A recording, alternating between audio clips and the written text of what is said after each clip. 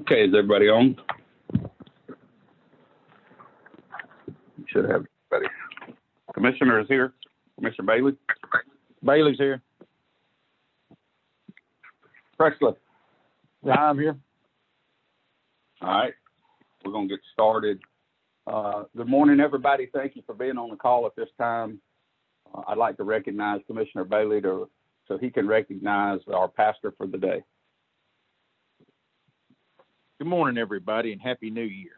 Yeah, I would like to take this opportunity to recognize Reverend John Owen Sanders. John Owen is a native Leake County, graduated in Carthage High School in 1969 and attended East Central Junior College. Currently lives in Terry, Mississippi, and has been the pastor at Parkside Baptist Church in Byram since 2011.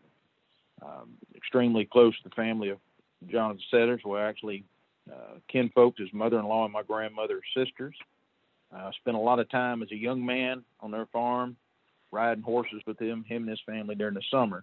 So a lot of fond memories from, being around Mr. John Owen and his family, his wife, Becky, and their daughter, Chastity and Charity. Reverend Sanders, you're on the line. Certainly like to take this time and welcome you and thank you for being with us today and providing you the floor to get us started this morning. Can you hear me? Yes, sir. All right. Good to talk to y'all this morning. I'd like to thank this body this morning that represents the interest of the people of the community in our state through these difficult and trying times of our lockdown and isolation that causes an atmosphere of hopelessness and fear and abandonment. But through God's grace and mercy will sustain us and deliver us stronger as individuals, a state, and a nation. Let's go to the Lord in prayer, please. Lord, thank you for each one of these that are placed here at a time such as this. As we're reminded in Daniel that you put kings on the thrones and you replace them. This nation is in a mess, and we know that only you can calm the storms that are raging. Build a hedge around and protect this body as they do your work as servants. Let us not forget where our blessings come and who is in control of this, in which we live causes the sun to rise and to set. We ask that you would bless those who have been disrupted by this pandemic, lost loved ones to this virus that we can't see but is real, are fearful and beat down. That this is a call for the nation to do what 2 Chronicles 7:14 says.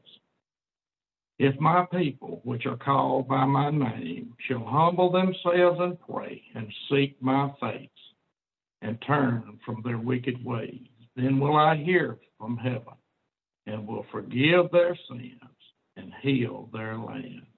And amen. And thank y'all. Amen.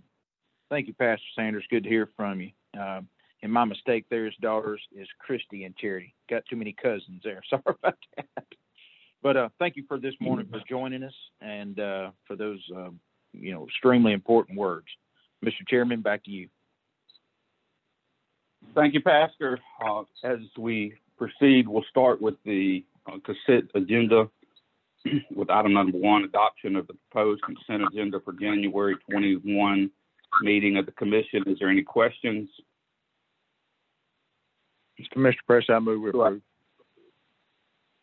Okay, we have a motion. All right. All in favor signify by saying aye. Aye. Any opposed? Aye. Okay. Moving on to the energy agenda, discussion and possible action regarding the proposed order in docket number 2009 UN 064, Entergy Mississippi LLC, notice of intent of Entergy Mississippi Incorporated to change rates by filing energy efficient rider schedule EE-1, rider schedule EE-2. It's the second revision.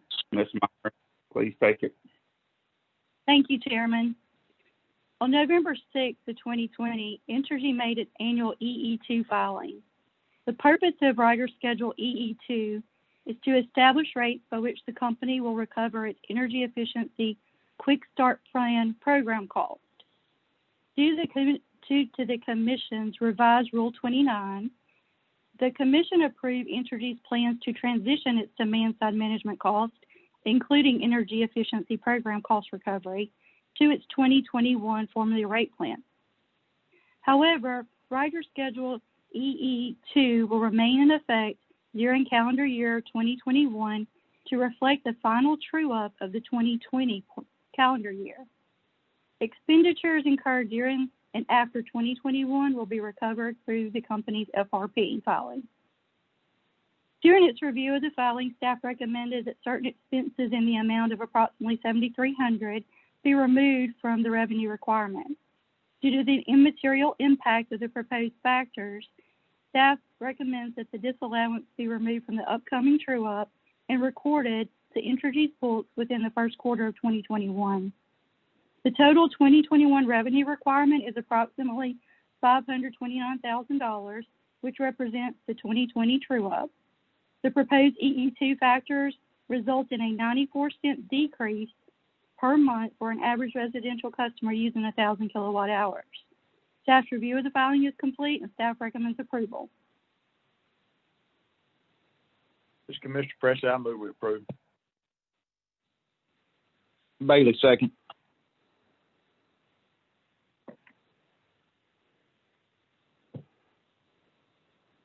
Okay, good.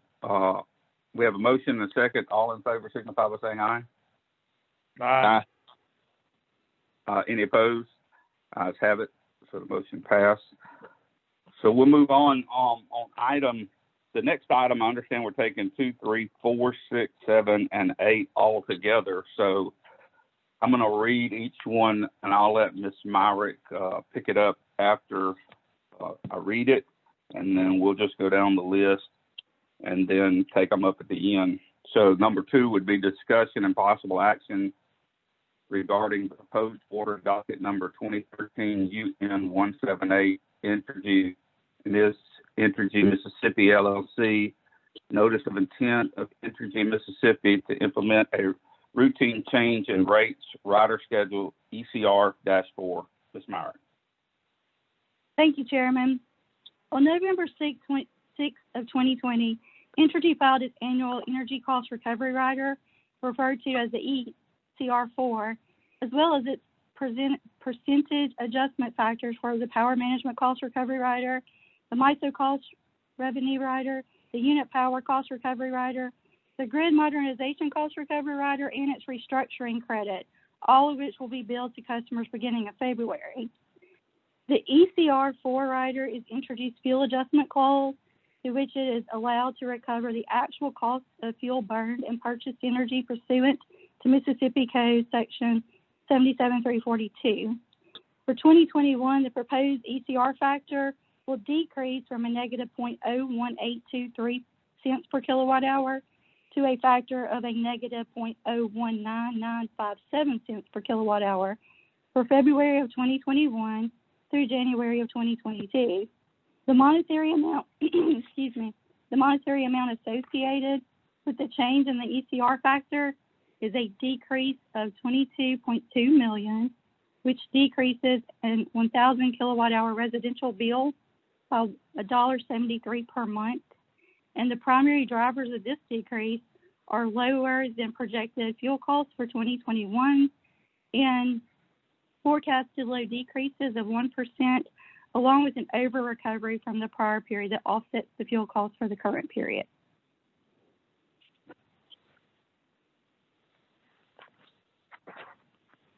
Okay, thank you. Well, number 3 is discussion and possible action regarding the proposed order in docket number 2014 UN 132 Entergy Mississippi LLC, notice of intent of Entergy Mississippi Incorporated to modernize rates to support economic development, power procurement, and continued investment. Rider schedule PMR-12, revised. Ms. Myrick. Thank you. Staff also reviewed the company's power management cost adjustment factors, or the PMR-12. The PMR 12 rider is designed to recover the company's natural gas hedging costs and various other costs such as capacity, external legal and consulting costs, and carrying costs that are excluded from recovery in the ECR rider. The PMR 12 factor is increasing from 0.53144% to 0.89759%, which increases a 1,000 kilowatt hour residential bill by 38 cents per month. The monetary amount associated with the change in the PMR factor is an increase of $4.1 million.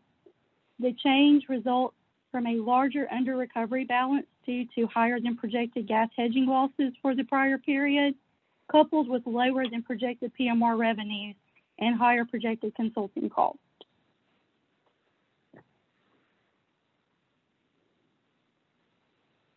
Okay, thank you. We're going to move to number 4 now, discussion and possible action regarding the proposed order in docket number 2014 UN 132, Entergy Mississippi LLC, notice of intent of Entergy Mississippi Incorporated to modernize rates to support economic development, power procurement, and continued investment.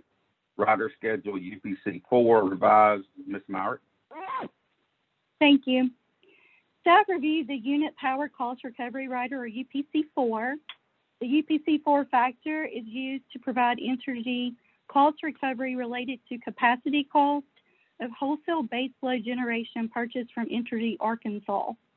The proposed percentage adjustment factor decreased from 3.33603% to 2.67221%. The monetary amount associated with the change in the UPC factor is a decrease of approximately $7.4 million, which results in a 70-cent decrease on an average residential customer's bill. The decrease is due to a larger over-recovery in 2019 as a result of lower than projected grand gulf costs due to the reduction in the SERI depreciation rate.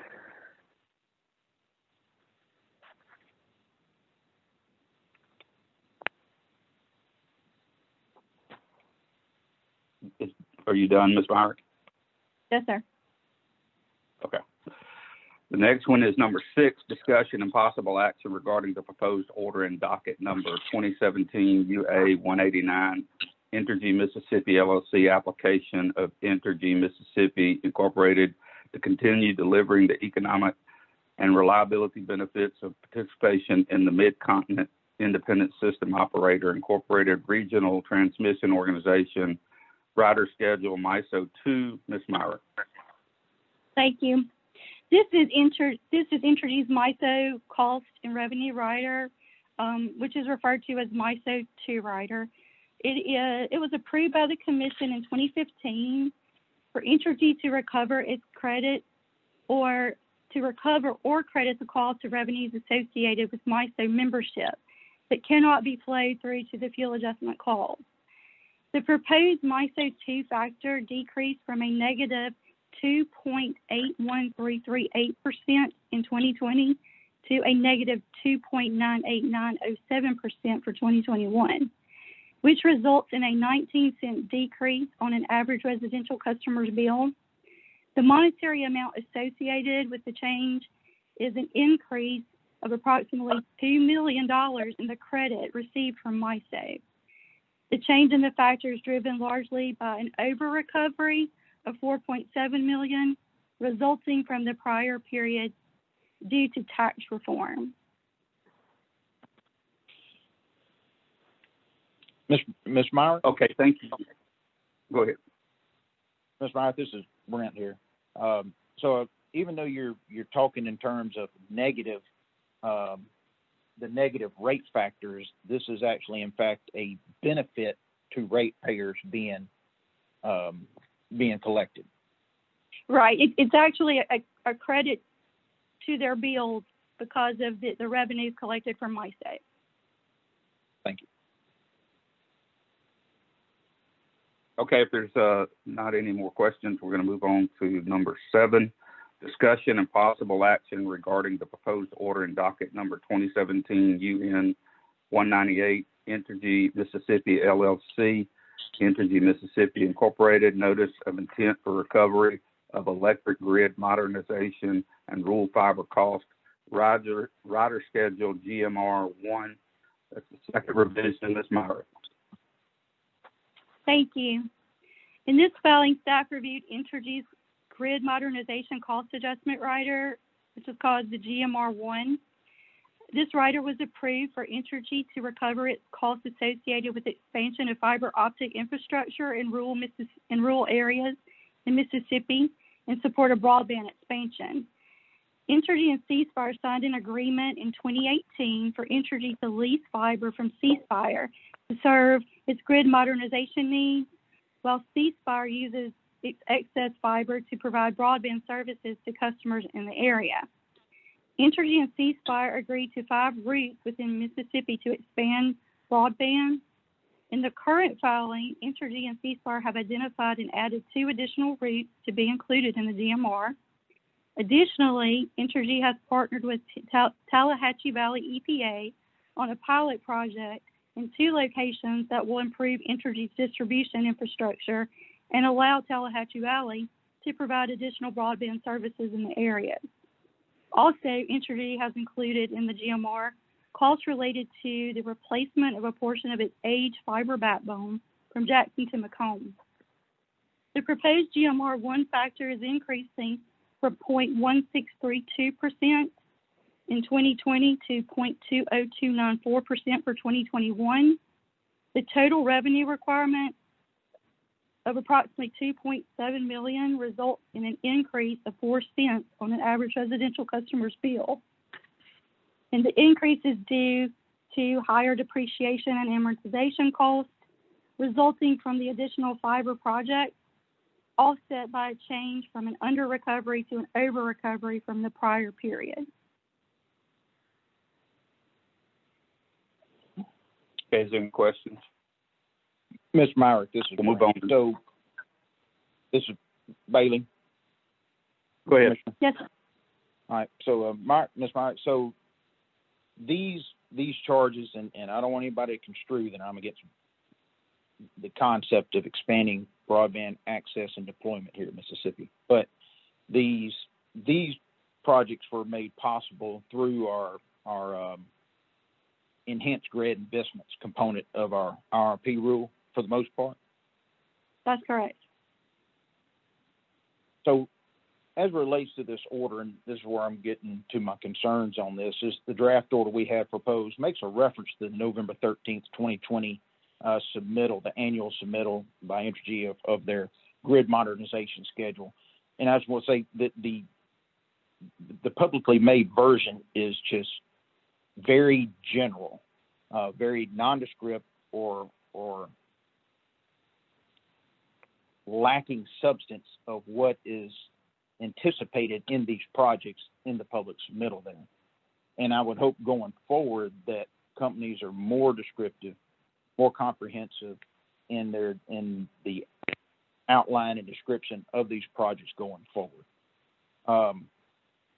I just personally have some concerns about how these investments are being crafted and utilized through the enhanced grid investment component of the IRP rule, the integrated resource planning rule. I've always had concerns about, is this germane and fits the purpose of the overall IRP rule and achieves those transparency standards and expectations that should be policy goals of the commission.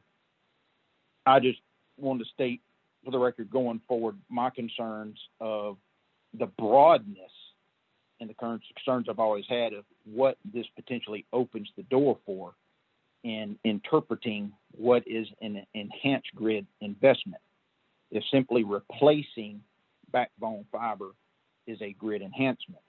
If a pilot project where regulated utility ratepayers or regulated utility is funding the unregulated activities of an unregulated electric utility, or the expectations from these fiber lease agreements and how and when or if individual ratepayers, whether it's homeowners or businesses, are given that true access of broadband expansion.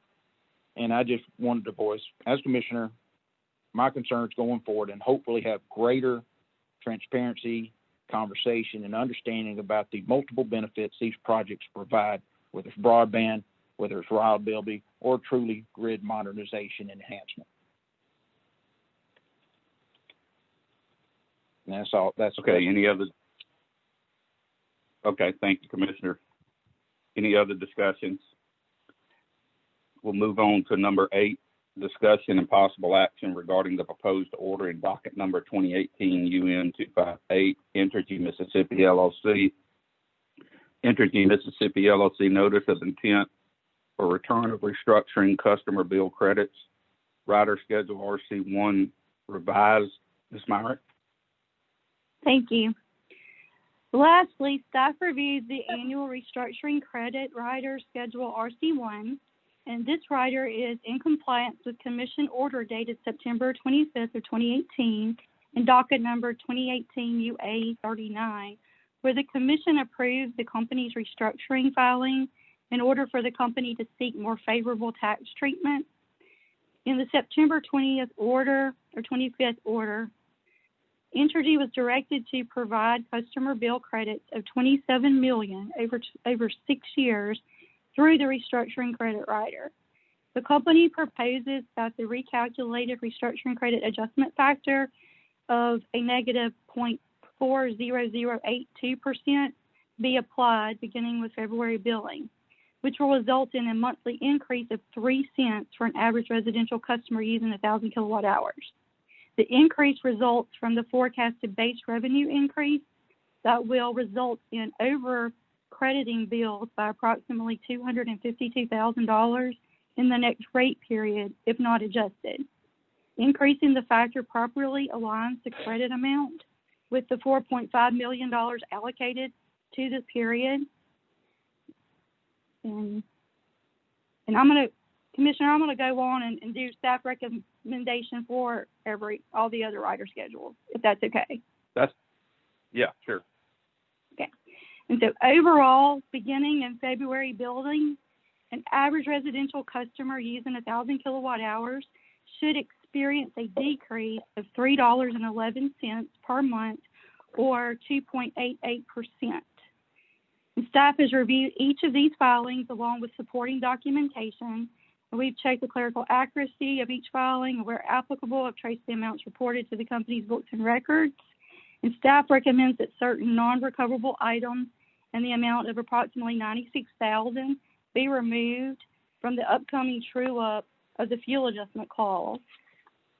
No other errors were noted, and we recommend approval of all the proposed orders. Okay, thank you. Commissioner Presley, any questions? No questions. I move we approve items 2, 3, 4, 6, 7, and 8 on today's energy agenda. Commissioner Bailey? I second items 2, 3, 4, 6, and 8, and abstain from 7. Okay, give me a second. Mr. Chairman, I guess I need to repurpose my motion. I'll withdraw that motion because I don't think we can second motions and abstain from it. So I move that we approve items 2, 3, 4, 6, 7, and 8 as they've been proposed. I assume Commissioner Bailey could abstain when it gets time to vote. Yeah, okay.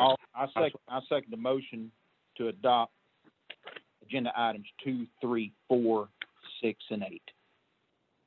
That's not my motion, okay, Mr. Chairman. My motion is to approve items 2, 3, 4, 6, 7, and 8. Oh, I'm sorry. Okay.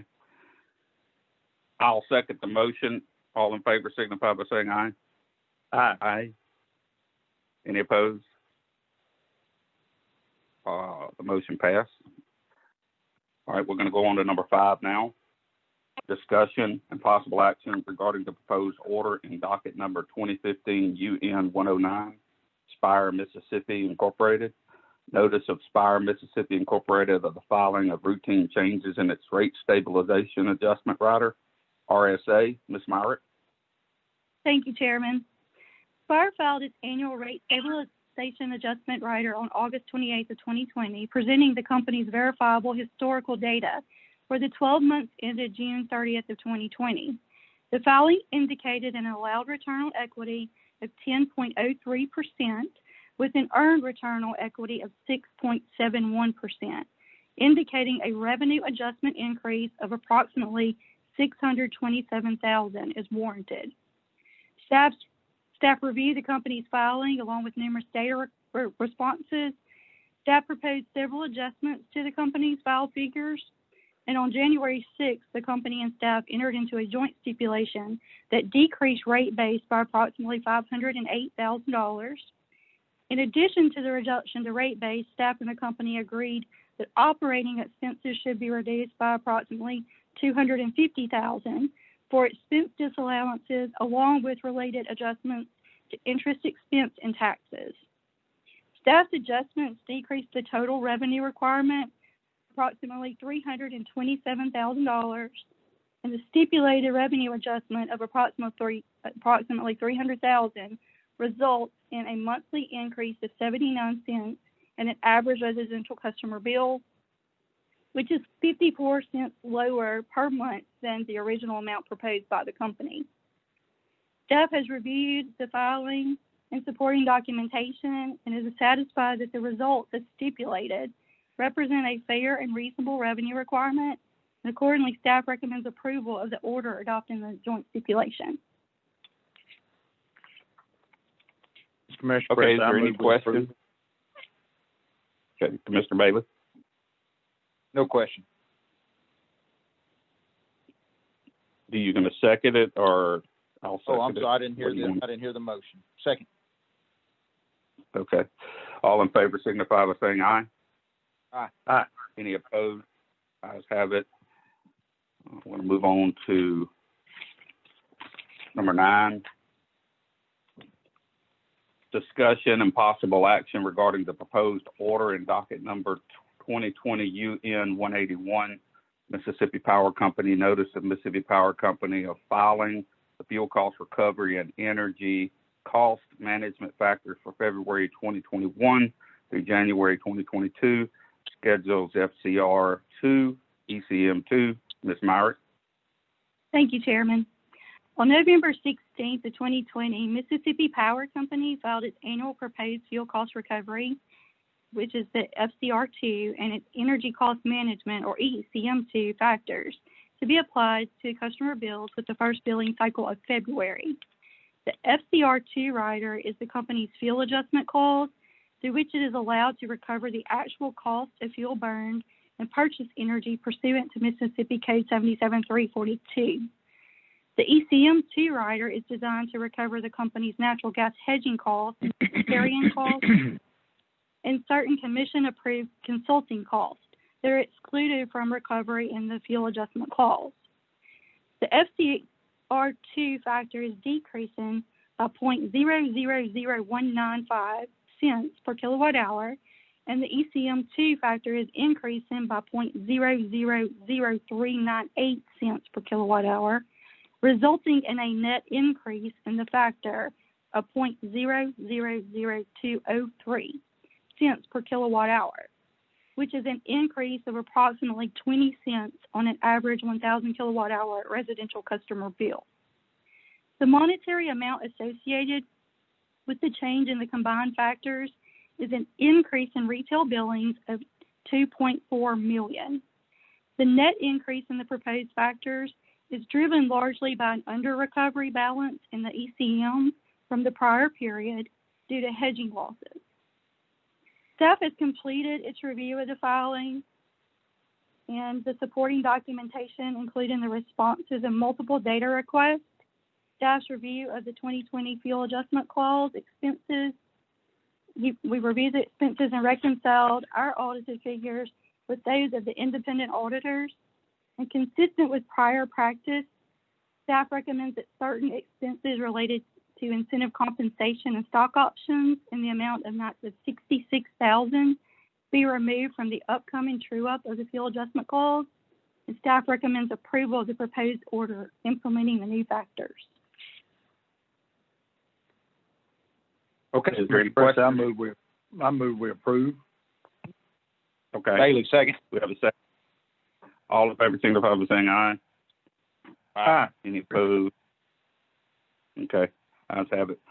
We're gonna move on to telecommunications agenda now. Number one, discussion and possible action regarding proposed order and docket number 2020 UA 124, Spectratel Incorporated, petition of Spectratel Incorporated doing business as Touch Base Communications and Spectratel of South LLC DBA Touch Base Communications for authority to transfer certificate and asset. Ms. Stenmark. Thank you, Mr. Chairman. This petition seeks approval for an internal pro forma corporate reorganization whereby Spectratel of the South will be created to serve customers in Mississippi. Spectratel Incorporated operates as a reseller and a competitive local exchange carrier and was granted permission to operate in Mississippi in docket 2005 UA 213. The corporate reorganization will not impact customers, and the service will continue under the current rates, terms, and conditions.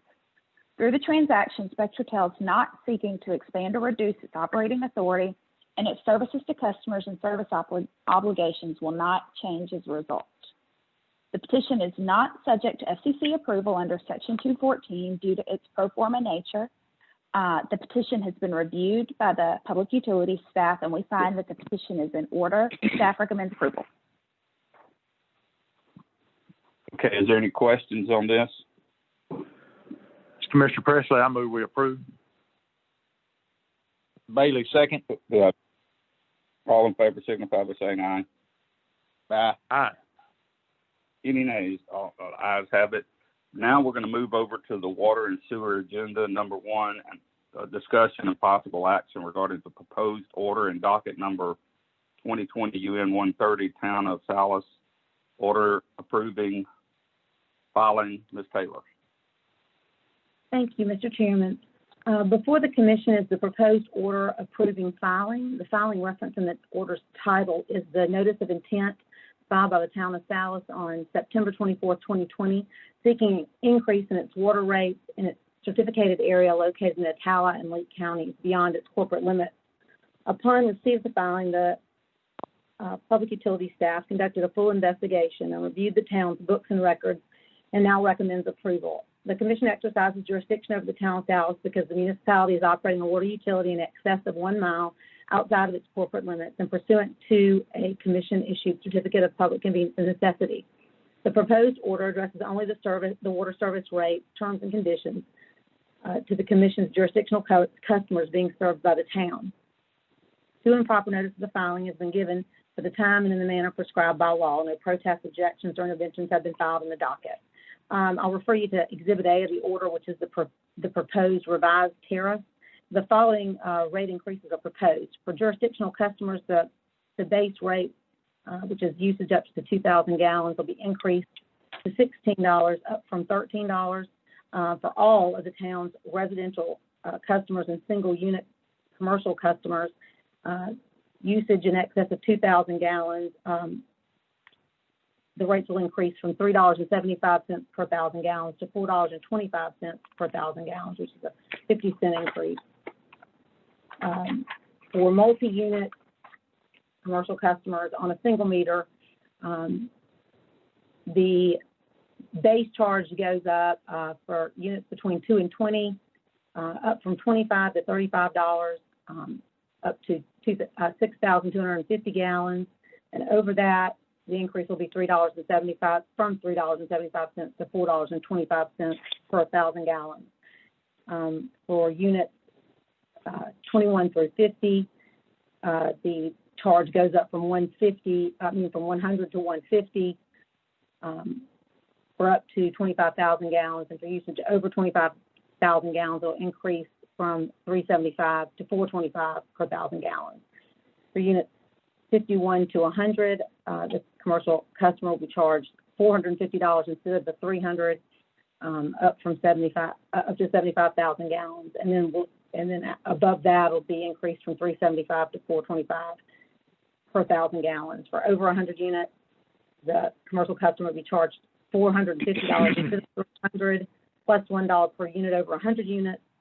All usage over 75,000 will increase from $3.75 to $4.25 per 1,000 gallons. In addition, the tariff revisions include certain increases to fees and charges. If y'all would go over that, I can. Otherwise, I'll just kind of skip over that. But if y'all have any questions about it, please ask me, and I'll tell you what those are. Just to provide a point of reference to the commission, the last approved general rate case for the town was approximately 14 years ago in 2006, and docket 2006 UN 0478. In reviewing the town's financials, the staff verified the system has been operating sometime in the red, most recently as of September 2020 at a deficit of $60,000, and for the same period in 2019 at a deficit of $33,000. Based on undisputed testimony in the record, operating costs have significantly increased since 2006, the date of the town's last rate case. Maintenance costs have increased due to the age of the system. Over the years, the town has increased its investment in facilities and has added equipment to meet increased and revised service requirements. The town has had an increase in its number of customers and customer usage. Present system and improvement reserves are insufficient to meet usage, to meet future needs. Several areas have only marginally adequate water pressure and cannot meet demand. Hydraulic analysis of the system has revealed operating pressures in several portions of the service area below Department of Health minimum standards. The cost of this repair is estimated at $1,845,000. Completion of these projects over the next several years will be needed to stabilize the existing system and will be necessary before it can have any substantial growth in customer usage. In addition, it is anticipated that the town of South will incur substantial expenses in connection with the widening of Highway 12 from Kosciuszko to I-55. The town owns and maintains water mains for approximately 5 miles along that stretch of highway. A portion of that pipe is inside the highway department's right-of-way, and the town will bear the cost of obtaining new rights-of-way and moving and replacing the water line. The staff in its investigation found the town to be taking all reasonable steps to keep rates as low as possible and to be operating in an economical manner. The public utility staff recommends approval of the water rate increase, believing it to be fair, just, and reasonable. From a review of the record and based on the recommendation of staff following full and complete investigation, the commission should approve the rate increase requested in order to allow the town to continue to provide reasonably adequate water service to the commission's jurisdictional customers. Mr. President, I move we approve. Do I have a second? Bailey, second. All in favor signify by saying aye. Aye. Aye. Any opposed? Ayes have it. Now we're going to move on to the administrative agenda. Number 1, discussion and possible action regarding the proposed order establishing docket to review the efficiency and fairness of the net metering and interconnection rules. Ms. Dixon. Thank you, Mr. Chairman. As the Commission is aware, we adopted net metering and interconnection rules 5 years ago in December of 2015. As part of the order adopting those rules and in the rules themselves, there was a reopener provision which stated that the Commission would open a new docket 5 years after the effective date of the rule in order to take new comments and consider the efficacy and fairness of the rule as it had been implemented over the past 5 years. What we have done is prepared an order following the Commission's directive and establishing a new docket to do just that. The order initially simply invites interested parties to move to intervene within 20 days. And then once we've gotten folks intervened, it states that the Commission will proceed with entering more specific orders requesting comment on the rules and establishing any necessary procedural deadlines to guide the rulemaking process going forward.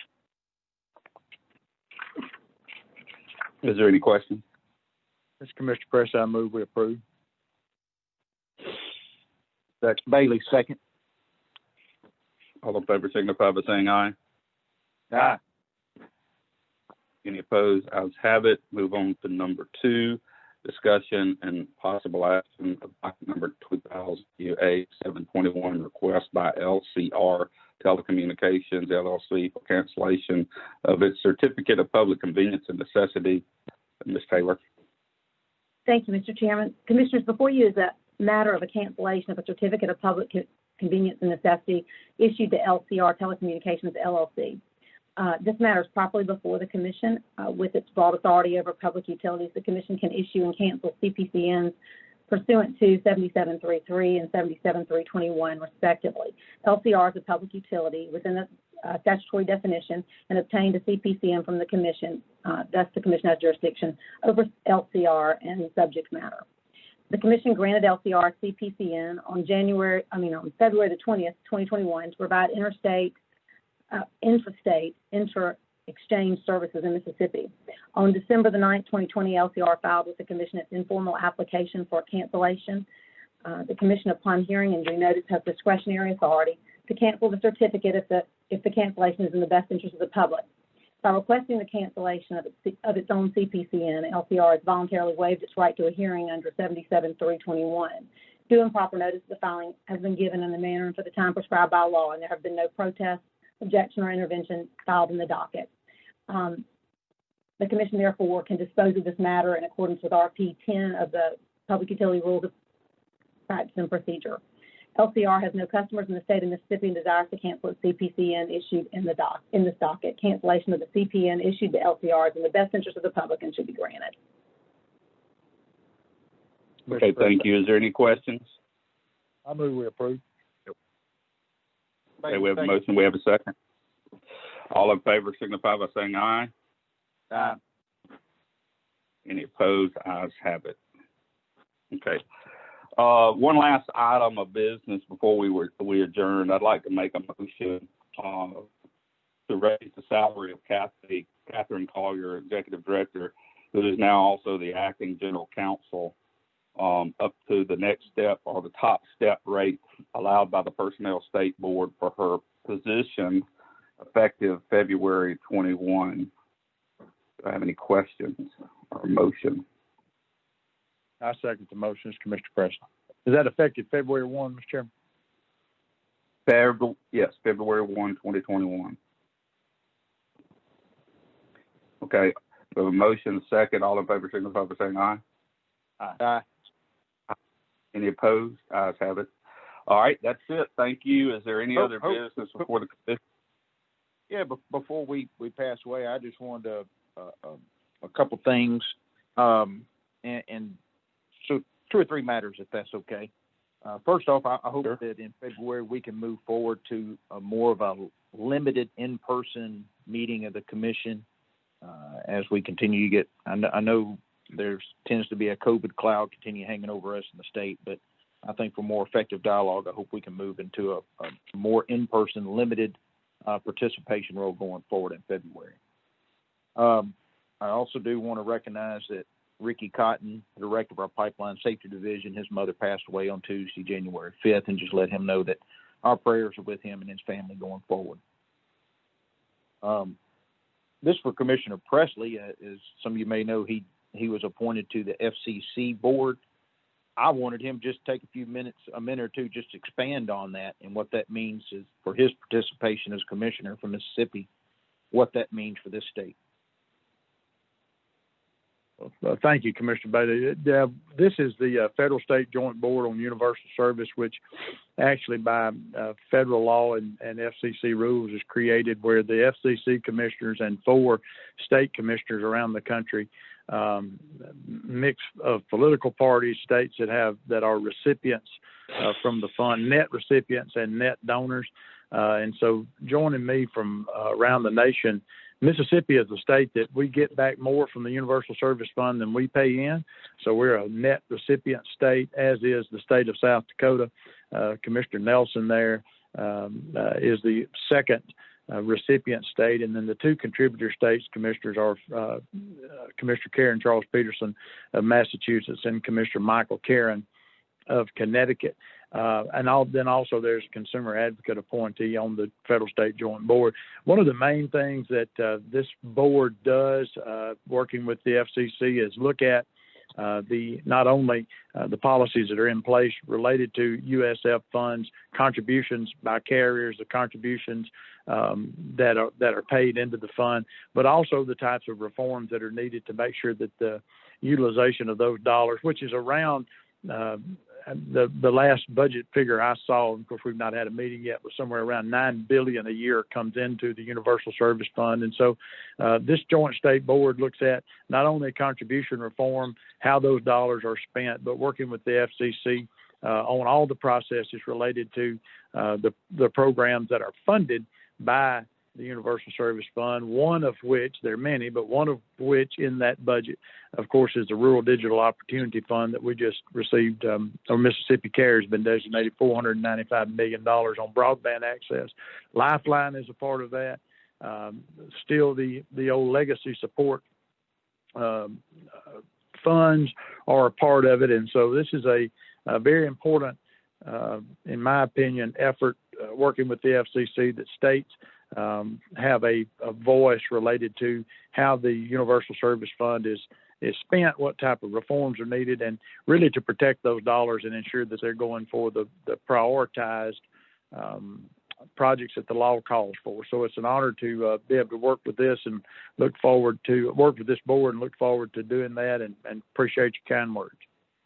What is the term for this appointment?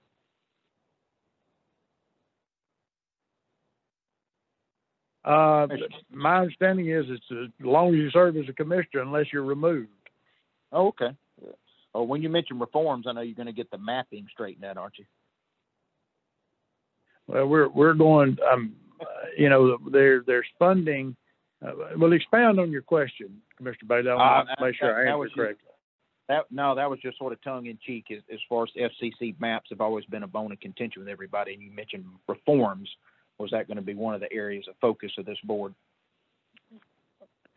Well, the Congress, in the latest COVID relief package, actually appropriated monies for the mapping changes that have been recognized, and Senator Wicker actually passed a law last year to do that as far as the digital transformation on mapping, and that's going to be something that is part of the COVID-19 relief funds, and that'll be something that they're going to be taking on within the FCC. But absolutely, as far as what this committee will take up, we hadn't had a meeting yet. We don't have an agenda yet, so I don't know that I am in a position to really lay down any type of the actual items that we'll be working on immediately. But definitely, mapping is going to be something that I think is of everybody's concern. Yeah. Well, and also just at this last, I want to recognize David Gates, who had joined the Central Commission staff, the Central District staff, as a policy and legal advisor. He's been with us now for just over a week, and I just want to let everybody know that he's now join us here in Central District office, and please feel free to reach out to him and say hello. And commissioners, that's all I got. Thank you all for your time. All right. With that, we stand adjourned. Thank you.